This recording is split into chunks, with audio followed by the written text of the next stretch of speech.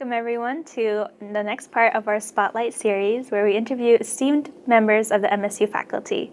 My name is Hibah Siddiqui and I'm an intern at the Global Youth Advancement Network. And our guest for today's episode of the series is Professor Peter Glendinning. And Professor Glendinning is a professional member of the American Society of Media Photographers and a W.J. Beal Distinguished Professor at MSU's Department of Art History and Design. And he's here today to talk to us about his experience as a Fulbright Scholar in South Africa in 2019.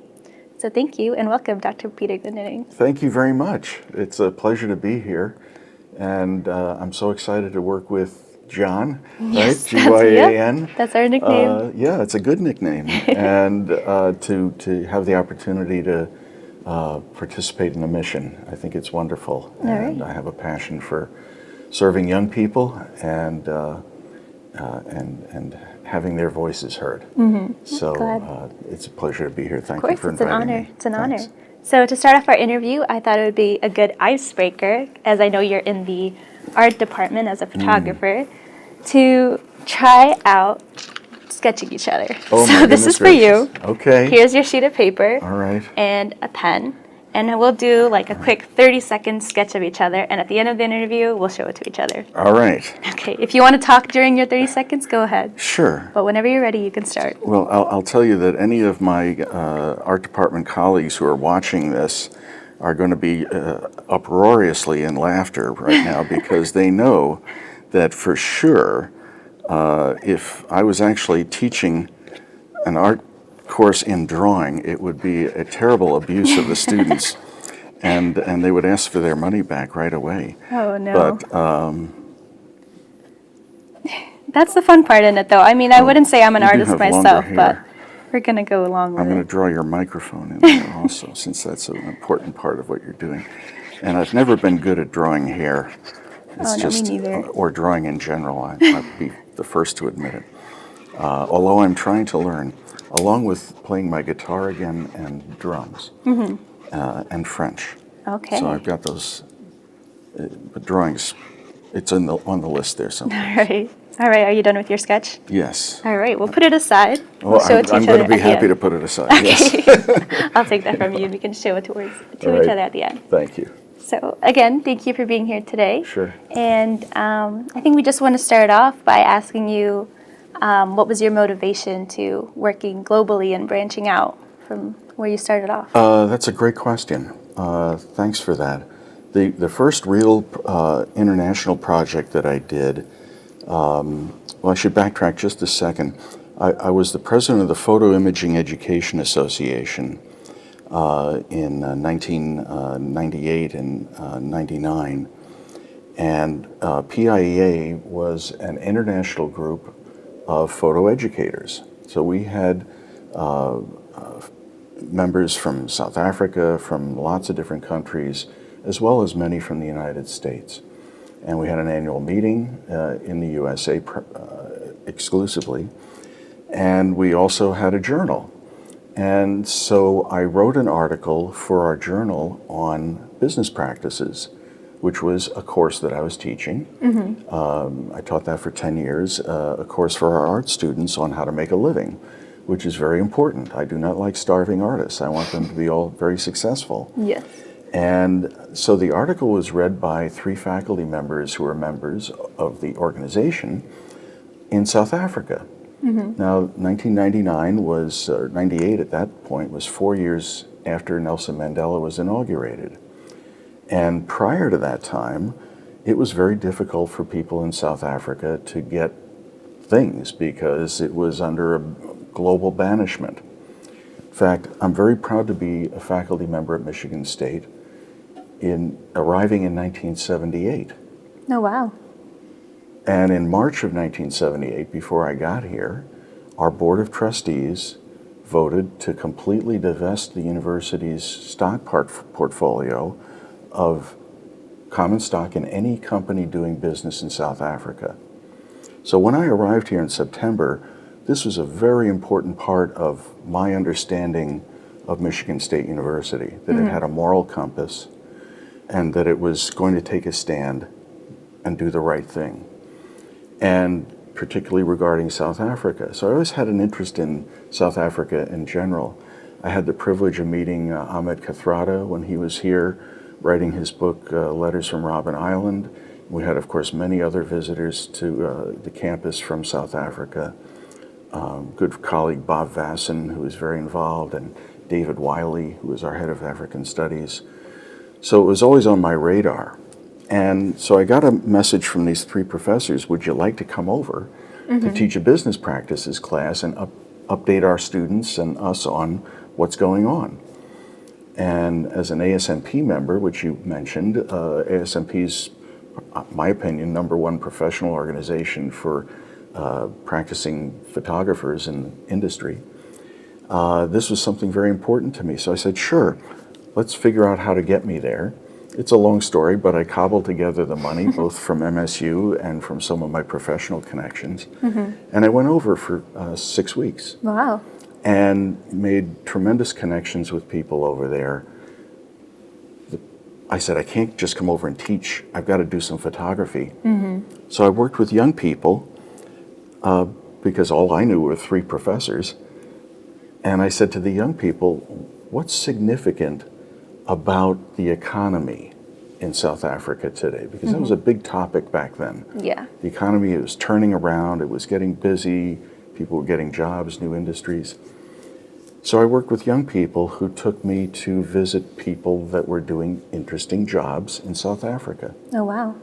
We photographed everybody from an 80-year-old farm worker who'd been doing the same job for his whole life, Oh, wow. to the then mayor of Pretoria, who was the first woman and the first black person to be the mayor of Pretoria. That's amazing. And lots of people in between.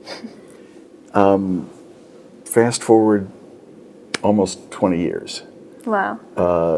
2019. I kept in touch with my colleagues over in South Africa. We'd had exchange exhibits, lectures, all sorts of things.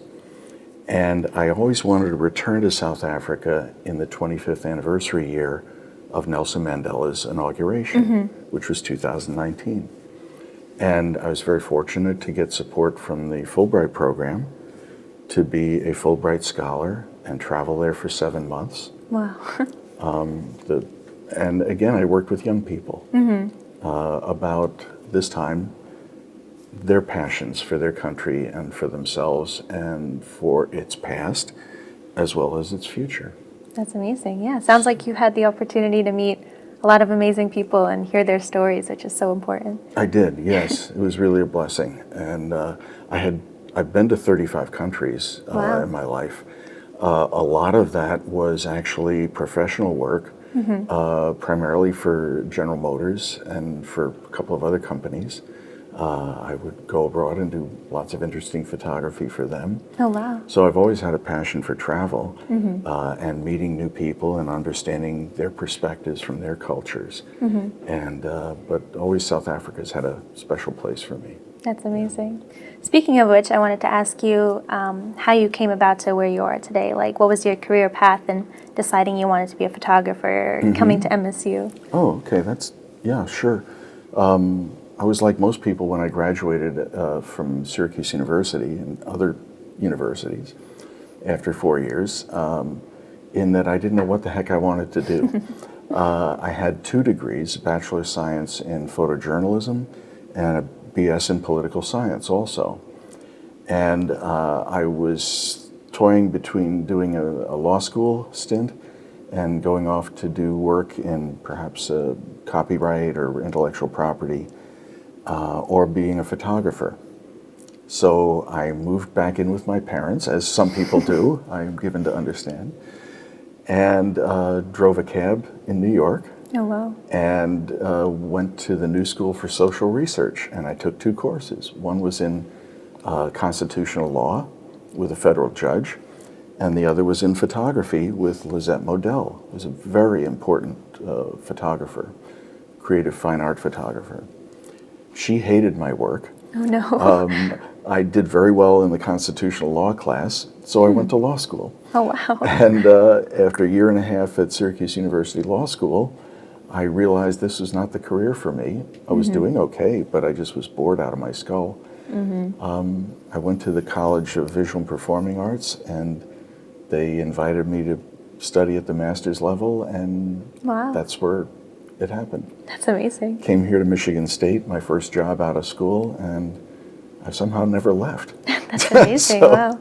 Your story is like such a good message that like it's never too late to change your path, and that you never really know until you get to a certain point what you actually want to do down the line. That's true. And as Shakespeare wrote, "To thine own self be true." And the problem is, for all of us, I think, in listening to ourselves. Right? Yep. The hardest part. I found that the hardest part for me too. Yeah. Right? And the important thing, though, is when you do finally hear yourself, to not be afraid to take the next step. Because too often we hear ourselves and we just say, gee, I'm afraid to change. Or what are my parents going to say if I change? Or my friends, my spouse or other family members. What are they going to think of me if I make this change? Yeah. And so once, there's two difficult things. One is really listening and hearing yourself, and the other is acting. Yeah. Yep, that's true. I mean, speaking of which, like, just based on everything you said, like the experiences you went through to find like the career that was suited to you, and your experience with working with young people, do you have any advice for people in choosing their career and what the right thing is to do? Right. Well, that's a really great question. I think I just answered it in part. But the other aspect is to really solidly educate yourself. Be able to hit the ground running, which means you are prepared. Yep. One of the things that I find lacking in students today, and it has been for a long time, is the ability to communicate in a professional manner. And I think the students who I direct over to the Writing Center here on campus, who realize that they need to upgrade their understanding of vocabulary and grammar, putting sentences together and to paragraphs and paragraphs into essays in a way that makes sense to other people, not using jargon or street language, but presenting themselves in a professional way, not only affects the people that they present that information to, whether it's verbally or whether it's in writing, but it affects them. And that's really the most important thing that it affects. Yep. And you're good at this. I don't have to you. tell you. I mean, you Thank started you. off this whole thing, I couldn't even believe it. Oh my God, thank no, you. you're really tremendously good communicator. I appreciate that. And I think you're a good model for other students, people your age, because there are many people who find it very difficult to speak extemporaneously and to speak off the cuff, as it's called, right? And to use and to have a vocabulary that's beyond grunting. Let's call it, right? So read a dictionary. Yeah. Right? No one does that anymore. Well, I think they should, actually. Yeah. That was one of the things that was impressed upon me by my parents was to, read a dictionary and learn a new vocabulary word and find a way to use it that day. So we would have one vocabulary word a day. Oh wow, I love that. And then have to find a way to use it. It's a good challenge. I Yeah, like that. It is. Yeah, sure. So going back to you mentioning your work that you did in South Africa, Right. Is there a particular project that you enjoyed the most, or one that stood out to you the most amongst the ones you did? Wow. That's it's like asking somebody which are their favorite children. No. Wow. That's a hard question. A hard question. Yeah, sure it is. I think the favorite one that I have is the one that I happen to be looking at any given moment. Okay. Because each one of them is really special. The project the project was a true collaboration. It wasn't. I don't claim full credit for it whatsoever. I could never have done the project on my own because the project is all about young people, individuals, Yep. their own perspectives. And it's all about another person, a person from South Africa, happened to be there at the time. Some of them were South Africans, some of them were immigrants. They were from other countries, not yet citizens. But at the bottom line, it was about the lives of both of those people, the lives of the young people to that point and how they saw their future, and then the lives of the individuals who were the subjects of our portrayals. And so each young person was tasked with creating a metaphor for some aspect of the South Africa that they knew. And that metaphor had to be related to the soil. And so we got all sorts of responses. I'll give you one that I mentioned quite a lot. Blessing Zaba was the student who worked with me. Blessing was a student at Durban University of Technology. And his metaphor was this: they may bury you in the soil, but they don't know that's a favor because you are a seed. Oh, wow. Pretty cool, right? That's beautiful. Yeah. And so Blessing came to me and he said, okay, here's my metaphor. Now, each of the students had to have two things. They had to have their metaphor, and they also had to have a person in mind who would also collaborate with us, who had a story from their life that related to that metaphor. Wow. So I said, oh my gosh, who is the person that you've got in mind that we can approach to ask if they'll join with us to create this project? He said, well, she's a woman who was, during apartheid times, a protester. So she was anti-apartheid and everybody knew it. In fact, she was a leader in that Durban area.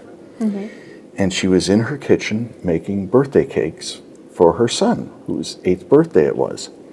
She had 20 kids coming over and their families that day. And then there's a knock on the door. And it was the police. Oh, no. And they said, well, sorry, the party's over. You are under house arrest. Oh, no. And you are banished. Now, banishment is a term that we don't know really here in the United States. But over there during apartheid, it meant you could not be in a room or in a piece of property with more than 2 other adults. Interesting. Yeah. So think about that. No parents of the kids coming over. Oh, yeah. Yeah. If her husband happened to be there also, they could have 1 other person there. And that's it. Frightening. Yeah. Wow. Horrible punishment. That is. So the party was over, and for almost, I think, 9 years, she was in this situation. Wow. So we photographed her out in front of the house where she had been banished. My goodness. And when we made the picture of her, she was very tight like this. She just was very, very emotional. And we were talking about this situation and how she felt, and I couldn't get her to release that. I thought, well, maybe this is the right portrait of her, but it wasn't the person that I had just talked to for 2 hours and that we had this interview with. Delightful, wonderful, warm, friendly person, very engaging.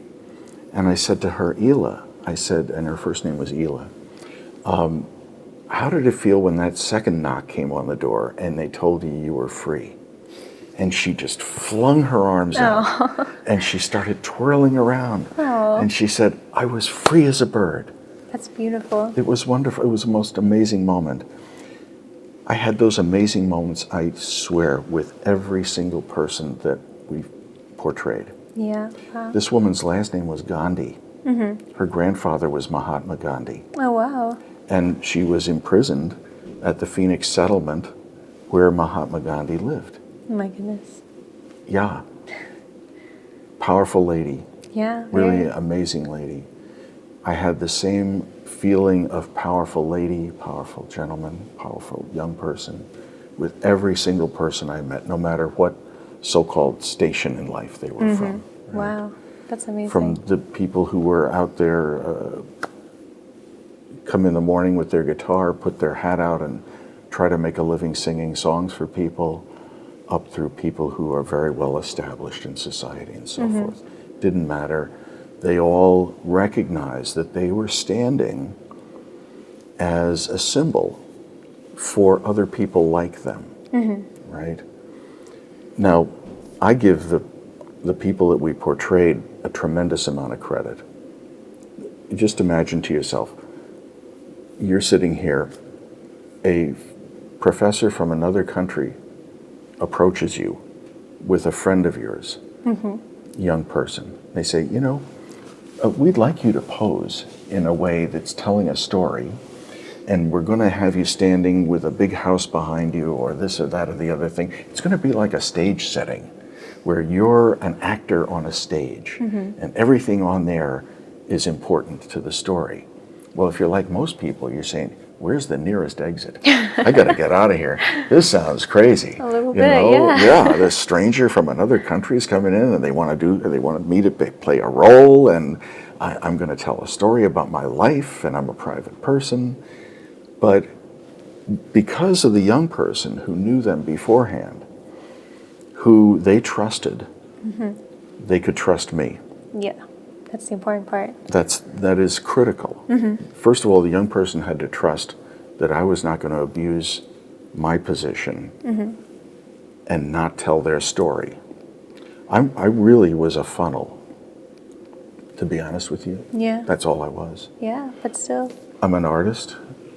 It was my role as a funnel to create something that would go through that funnel.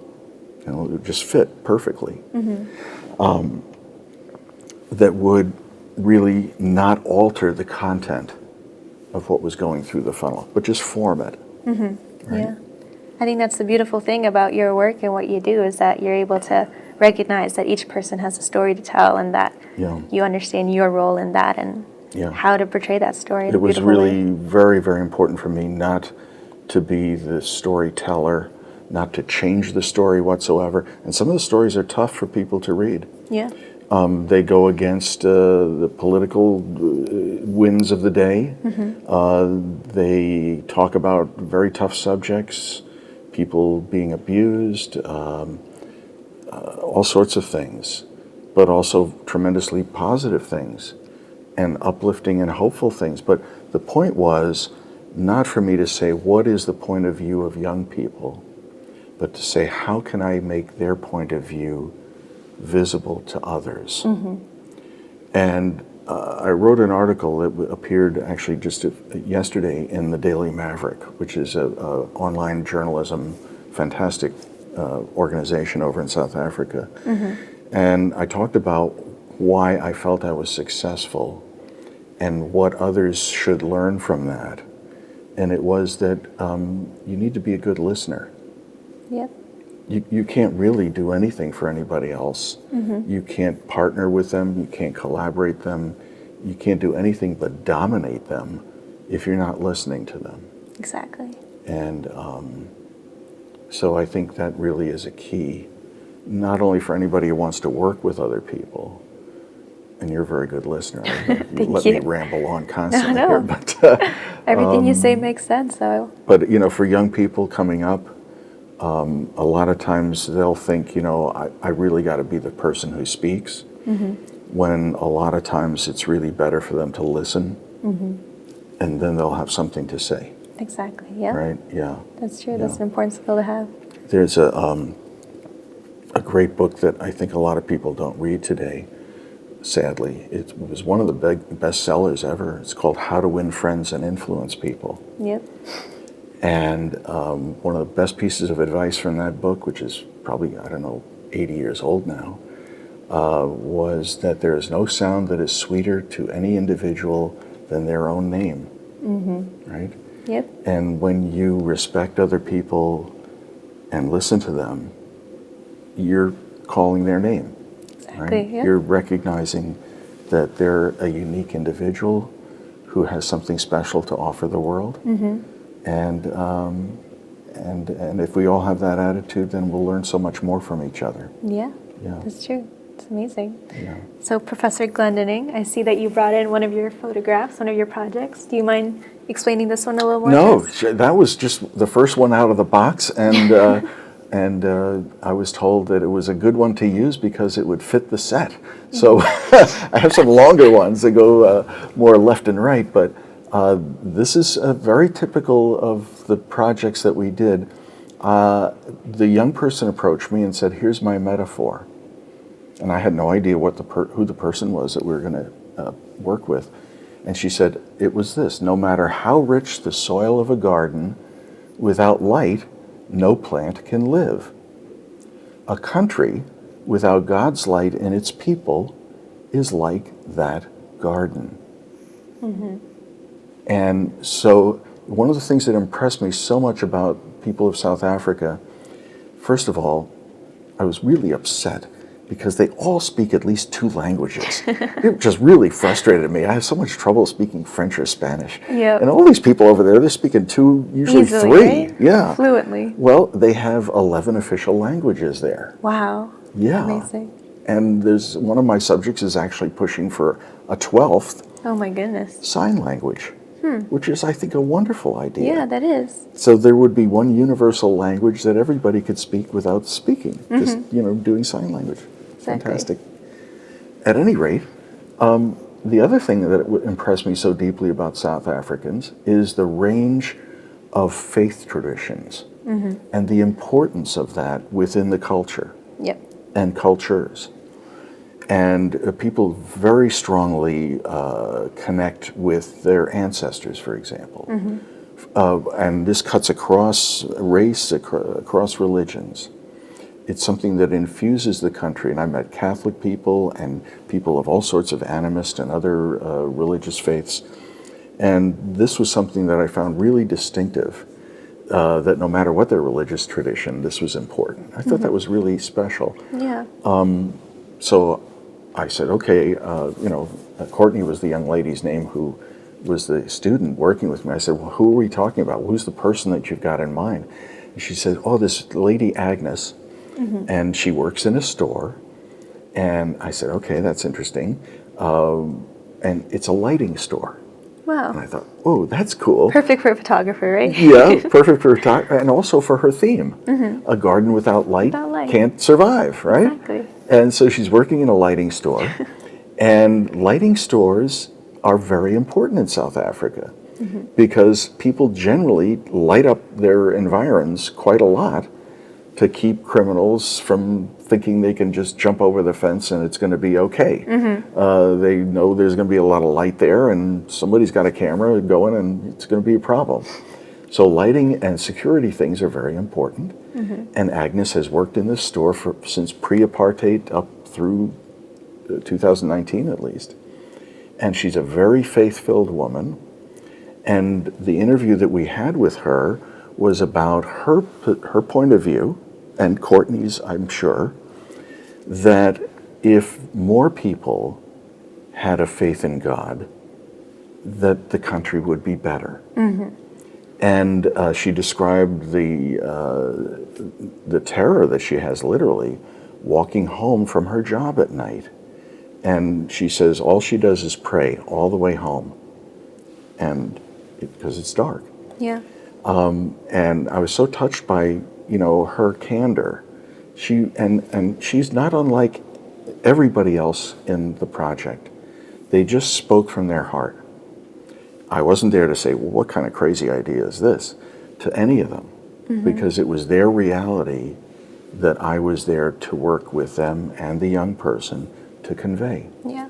And so it was a great privilege to work with Agnes and with Courtney, and also with every other set of people that I collaborated. Yeah. In a few of them, the subject of the portrayal was actually the young person. Oh, really? Yeah. Wow.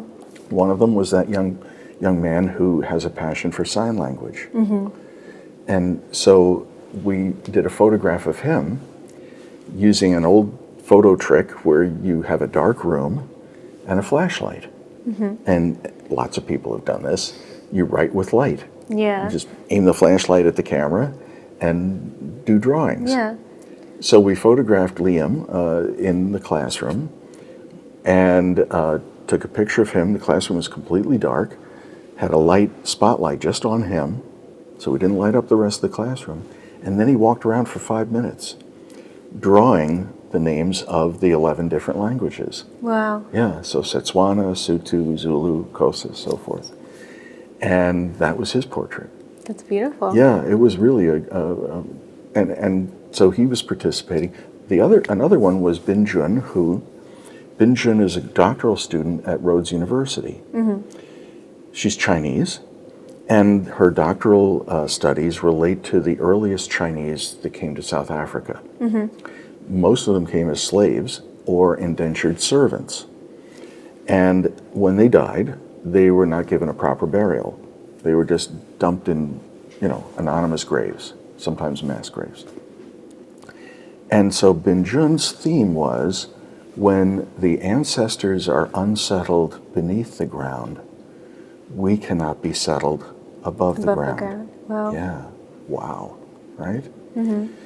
And the portrayal that we did of her was, she was dressed all in white, she had bare feet, she had a bowl of wine, and she had incense, and she literally performed a ritual related to the burial of the dead from her particular Chinese tradition.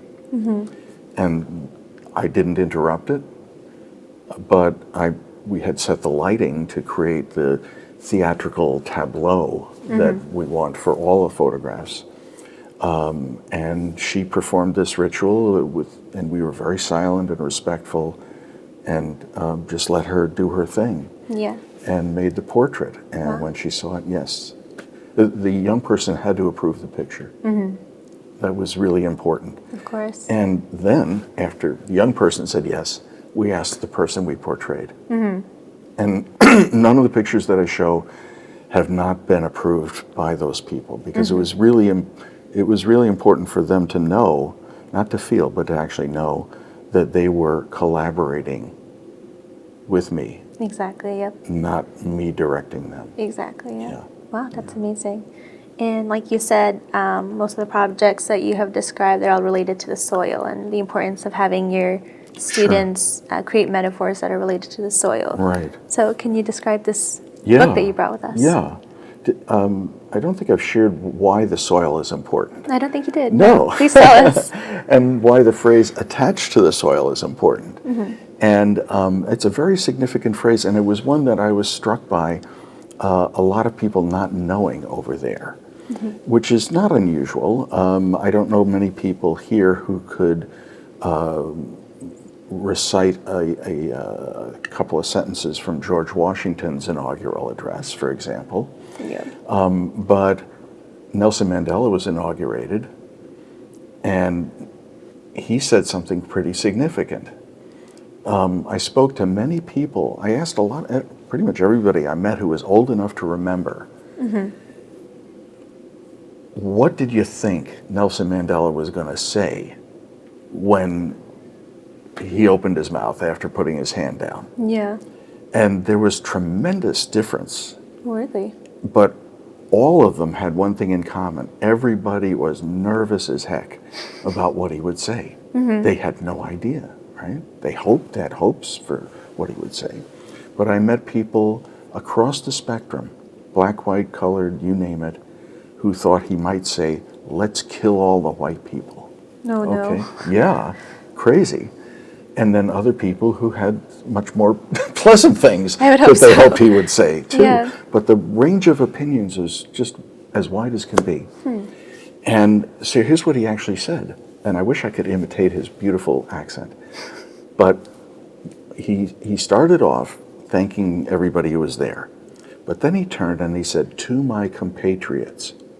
Wow, what a great way to start. He didn't say to my black brothers and sisters, to my colored brothers and sisters, to my white brothers and sisters. He didn't separate. He put everybody together. Together, yeah. He said, "We are all now compatriots. We're together. Patriots, together, patriots." Yep. What a relief that must have been for people, right? He said, "Then I have no hesitation in saying each one of us is intimately attached to the soil of this beautiful country. Just like the famous jacaranda trees of Pretoria and the mimosa trees of the Bushveld. Wow. Yeah. So he's saying there's a jacaranda tree, there's a mimosa tree. They both got their roots in the same soil. I'm looking out at you. There's a white person, there's a colored person, there's a black person, there's Asian person, there's all different persons here. We've got all got our roots in the same soil. Yeah. To me and to many people, it's obvious that he was saying, you know, it's time to just get going. Yep. We're together. What a wonderful metaphor. That's beautiful, yeah. So 25 years later, I said to the young people, that was Nelson Mandela's metaphor for how he saw South Africa. And I said to them, 25 years from now, there's going to be a young person who's your age. You're going to be maybe 50, maybe older. They're going to say to you, what was your metaphor? You know? Yeah. How did your metaphor affect the way my life is now? Wow. Right? Now, obviously, after Nelson Mandela, there came other people, and they had their own metaphors. Some of them were, let me grab as much as I can. Others were, let's build a positive civil society. You name it, everything in between. And all of those people who were in leadership positions, whether it's government, civil society, tribal leadership, whatever, they had their own metaphors. And those metaphors affected the lives of the young people I worked with. Wow. Yeah. Just like your life is affected by my metaphor. It is, presume yeah. to say I'm a little older than you, maybe by a year or two, but not so much. All right. But frankly, my life is affected by the metaphors of the people who came before me and had their vision for the United States, for Michigan, for East Lansing. So I said to these young people, what's your soil-related metaphor? Like Nelson Mandela had his, what's yours? Related to something that you see as significant in the South Africa that you see now? Yep. Or the South Africa you experienced in the past? Or the South Africa you see as its future? And to be honest, the young people had the hardest job. Much harder job than mine.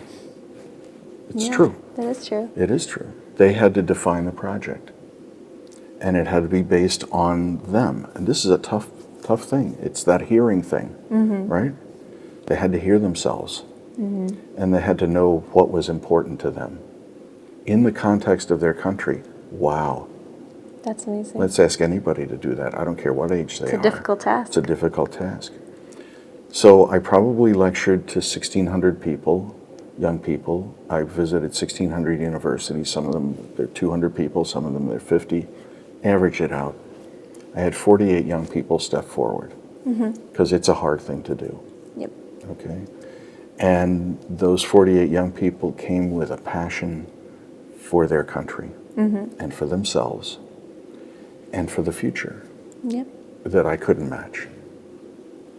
And they also had a person in mind like Agnes or like Ela Gandhi or like any of the others who had a story from their life that related to that. So what we did was, after the young person came to me, we talked about their metaphor, thought about a person that they knew that might work. They approached the person. They had to agree. A number of them, people came forward and the person said, no, I'm not going in front of a camera with this American photographer. Forget about it. But those that did, we did an oral history interview, and I had a standard list of questions that then the young person followed up on, and I did too. They were at least a half an hour, sometimes more. And after the oral history interview was done, that was when we really decided what the photograph would be like. Because we learned so much during the interview process that determined the final structure. And then we set about creating a theatrical tableau, really a stage on which the person's life experience is going to be expressed. Not only through their pose, through the place, but also through lighting. So for example, in Agnes's, we not only had a light coming from the right-hand side of the frame onto her face and her arm, but we literally set up a light, that octagon there, behind her to create a halo. Wow. Because it was a spiritual journey that she was talking about. And this has happened to me a couple of times, actually first in 1999 when I photographed that 80-year-old farm worker. Sometimes you look at somebody and you see the face of God staring right back at you. Wow. And I felt like I'm in the presence of something much more than Agnes right here. She was just like exuding peace and calm and Beautiful. love. And yeah, it was an incredible experience meeting her. And so we felt we had to have a picture like this. And she's reaching up in prayer. And nobody did anything that they didn't want to do. But everybody, and it was important that we did the oral history interviews first, because they realized that we were listening to them. We didn't tell them anything other than, here's the next question. Yep. So in a half an hour or more, they recognized we weren't fooling around trying to impose anything on them. We were honestly interested in them. And I say we because it was me and the young person. And for many people, I would say the 99.9% of the people, to have a stranger come and be genuinely interested in the story of their life is not a normal experience. Not really, no. It really isn't, sadly, right? Sadly. We need to be listening to each other and learning from each other's experiences in life. But after that half hour together, they realized that was our goal, was to honor the experience of their life and to convey it. And also they recognized that they weren't standing alone, that there are many, many other Agneses out there who walk home at night and they're an elderly person and they're afraid they're going to get robbed. And everybody in every other situation, positive as well as negative, it's tremendously positive stories as well. Convice is one of them. Do I have time to tell you another story? I'll move on to another question that I think maybe you can talk a little bit more about. Sure. But, you talk a lot about how, the apartheid in South Africa and Nelson Mandela's influence had a big influence on how you structured your projects and the students' experiences there. So what do you think is the most important thing to keep in mind when you're working in areas that, are experiencing conflicts like apartheid or youth that are experiencing these huge political changes? Sure. That's a really significant question. And there was I think a book titled The Ugly American. There is a widespread knowledge of ugly Americans. There are also ugly French and ugly people from other countries too. But I certainly did not want to be the ugly American. And I think the word ugly, you could, as I said, put any nation against it, means that you're going to another country and you're saying, we're so much better than you. And we know so much more about you than you do. And here's the way we do things. And I think just for anybody going to another country, recognizing that you don't know anything about the lives that they live other than what you may have read about, and that you really do not want to be that ugly person because it won't be good. You won't have a good time there. Oh, no. And you won't learn anything about the place you're in. That's true. And you won't add anything to the lives of the people that you're going to meet. And while apartheid ended essentially with the inauguration of Nelson Mandela in 1994, the trauma of apartheid is still part of the culture there. But there's no question about it. And the people who were in extreme poverty back then, many of them still are, very sadly. And there's lots of different reasons for that.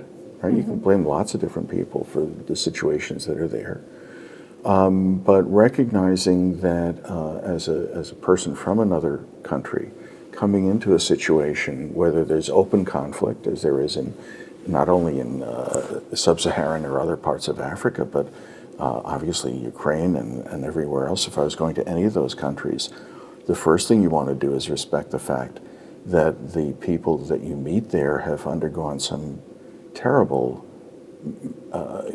mental health stress alone, much less the physical stress.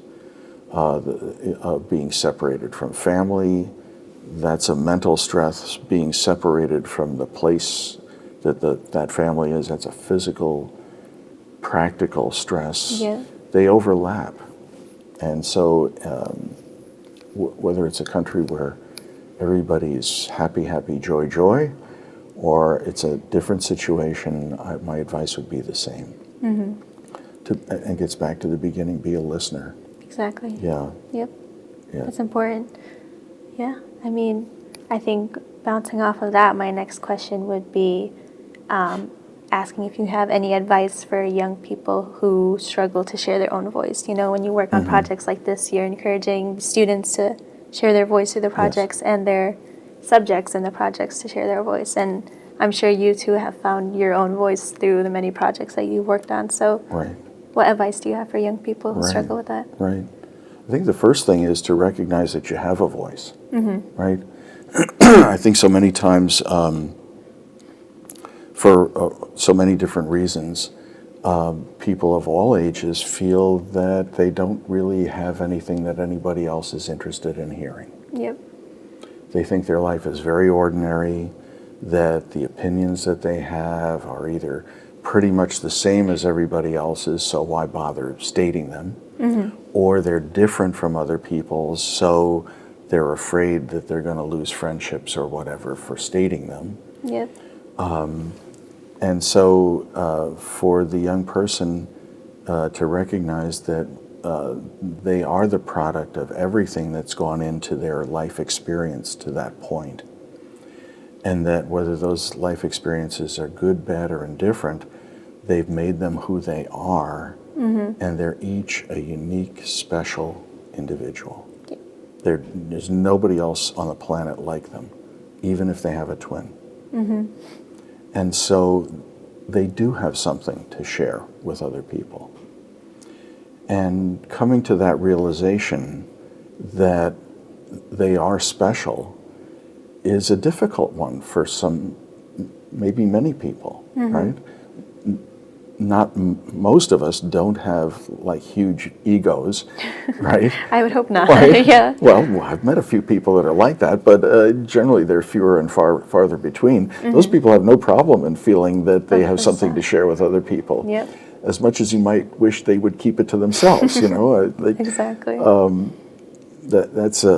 That's something about art, actually, is that many artists say they make artwork to express themselves. And that may be a perfectly valid point of view, but that I'm sure you can right now name maybe half a dozen people who are friends of yours who you wish wouldn't express themselves, right?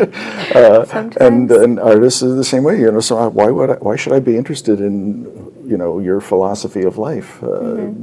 Tell me something more significant, right? Exactly.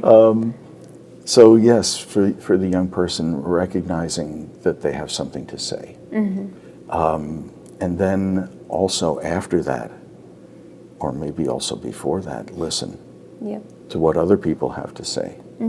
And learn from that. Yep. The other thing is changing your mind. That is becoming more and more difficult, I think.